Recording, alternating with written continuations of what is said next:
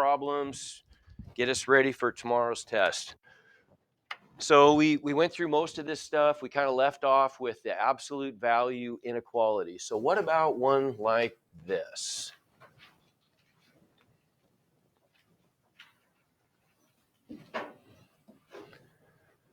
What are we going to do first? Add 4? Add 7. Okay, add 7. I like add 7. How come? What's the strategy? What's going on, Cash? Good. Isolate the absolute value. Good. So that's always our first step. Whether we're solving an absolute value equation or an absolute value inequality, we always isolate the absolute value first. So there's our first step. Okay, now we got it. Look at this. We've got our isolated absolute value.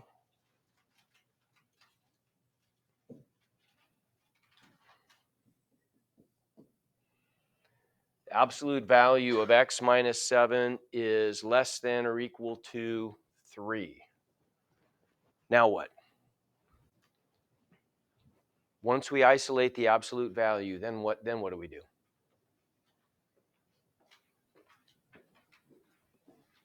Thanks. What's next? What are you going to do? Okay, separate it. That's where we got to split it, right? We've got to split it into, in this case, it's not going to be 2 equations because we've got an inequality. We have to remember the pattern. What's the pattern that goes with this kind of isolated absolute value inequality, where the absolute value is less than a number? How do we do that? Is that an and or an or statement? How's that work? What is it? Which one? And you just got to remember these. There's really, I mean, there are ways to help, and we kind of talked about those previously. But bottom line, you just got to know, is that going to be and or? Not or. It's going to be and. Here, let's practice this real quick. These are probably worth, let's just hit these patterns one more time. So if we've got something like this, if I've got the absolute value of u, or let's do it like the book. Let's just call it a big X, capital X. How about this time? Capital X just means whatever, bunch of stuff. Absolute value of capital X is equal to, what do they say on the other side? Is it an A in the book? Do you remember? I think it's an A. What do we do? What's our pattern if it's an equal sign? Now, we already did that. That's pretty easy, right? What are the 2 equations we get?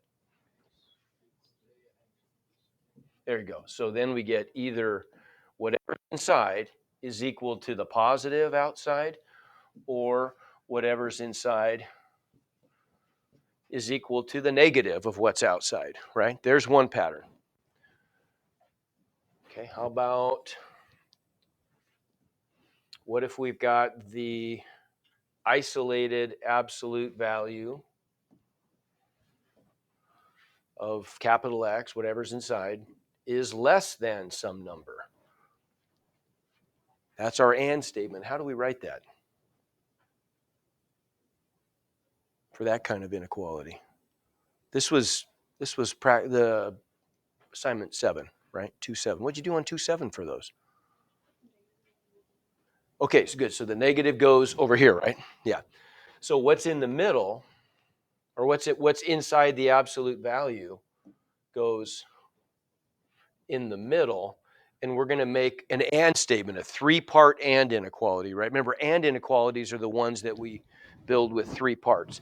So what's inside is going to be greater than the negative number and less than what? The positive. Yeah, like that, right?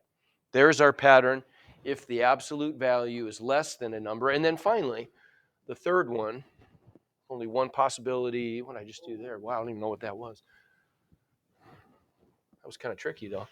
What if we've got the isolated absolute value is greater than some number? How do we split that one up? What's that one? What's inside is what? Greater than the positive. Okay, good. So there's one possibility. Either X is greater than positive A, or X is what? You guys, I know you guys know this. I've seen the scores on the assignment. You guys definitely know this stuff. What is it? Or X is less than negative A. Yeah. So what's inside is less than the negative number. So we're using, in this case, we're using the middle pattern, right? For a problem we're currently working on. So that we're using the and pattern. So then how would I write that? Three-part inequality, what goes in the middle?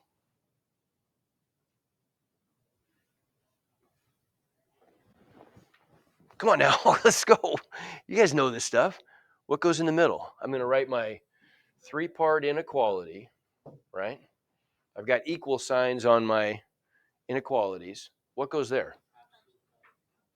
Well, okay, what's no longer any absolute values, right? If we look at our patterns, the whole point of splitting these is we get rid of the absolute values.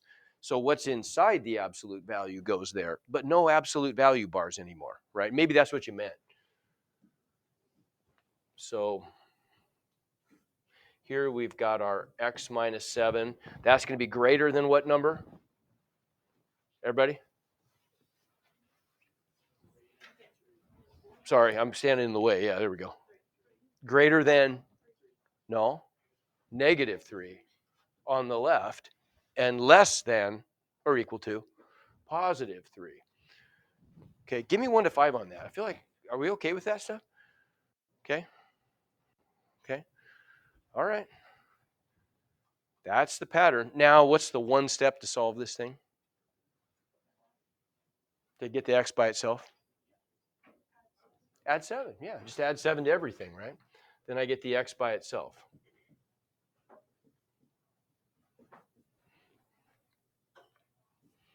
So those guys cancel. I get my x in the middle.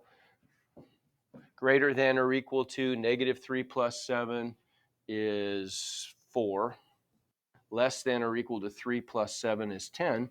So there's my solution. X is greater than or equal to 4 on the bottom and less than or equal to 10 on the top. If I graph that, where are my endpoints? 4 and 10, open or closed? Closed. Okay, so there and there. And then I graph where? In between. Yeah, there we go.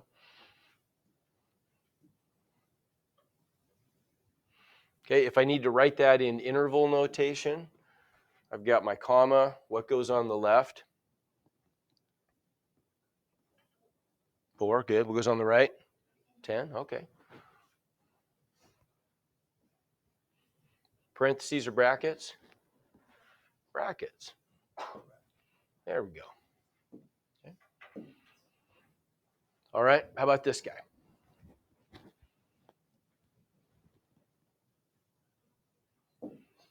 First step, isolate the absolute value. Good, so subtract 3.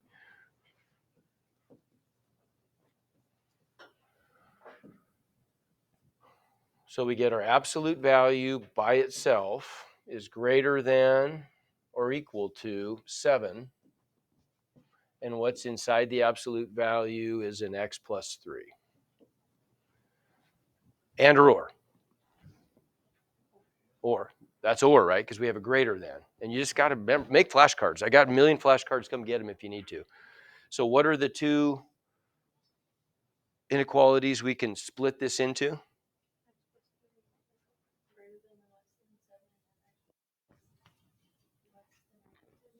There you go. Perfect. Okay. So either what's inside is greater than or equal to the positive. I know that's what you meant to say. Greater than or equal to the positive, or what's inside is less than or equal to the negative. And then to solve a compound or inequality, we just treat them separately. In both cases, there's only one step. What do I have to do to isolate the x in both of those? Subtract 3. Yeah, and we're there, right? So if I subtract 3,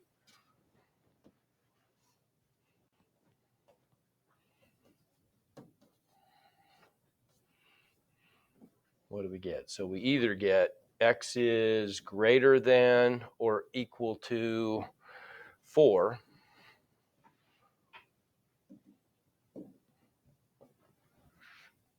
or x is less than or equal to -10. Whoops, not -4. What am I doing?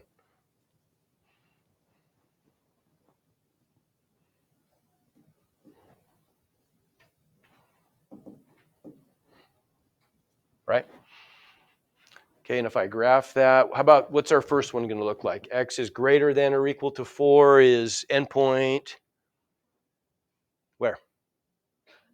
4 going to the right, open or closed? Closed. Okay, so we got this. And then the other one, we've got an endpoint at what, -10? Closed endpoint, shading which way? Left. Good. So if I convert those into interval notation, what's the first interval look like? My left endpoint is -infinity. Good.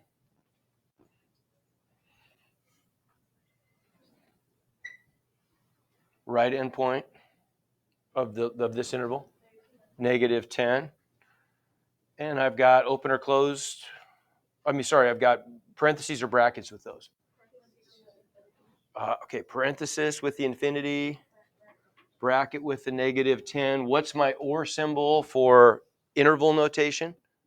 U, good. Second one, second interval, left endpoint is good. Right endpoint, infinity. Tell me about the enclosures. What do I have on the left? Bracket with a 4 and then parentheses with the infinity. Good. Okay. All right. Last one is a super quick one. You can just look at this one and know the answer. You don't have to do anything. What's going on here? No solution, right? Because there's never going to be an output of an absolute value that's ever less than -6. Can't happen, right? Output of absolute value cannot be negative.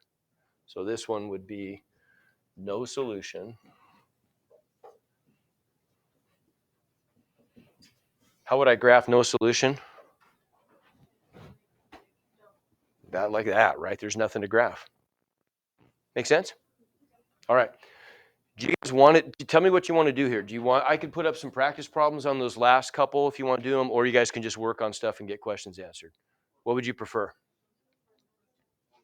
Okay, let's vote. Raise your hand if you'd rather work on stuff and get questions answered. All right, that looks like that's the winner. Okay, that was an easy vote. All right, go to it. Make sure you are getting your questions answered, though.